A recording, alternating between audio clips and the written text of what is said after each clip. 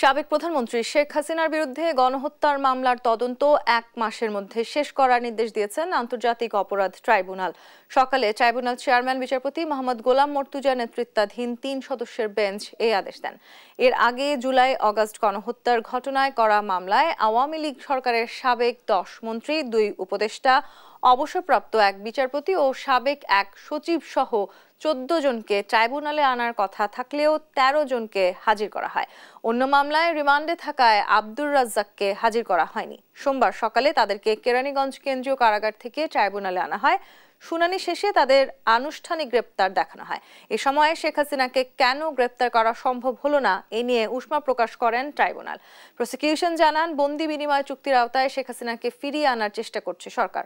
পরে এসব তথ্য গণমাধ্যমকে জানান চিফ প্রসিকিউটর তাজুল ইসলাম।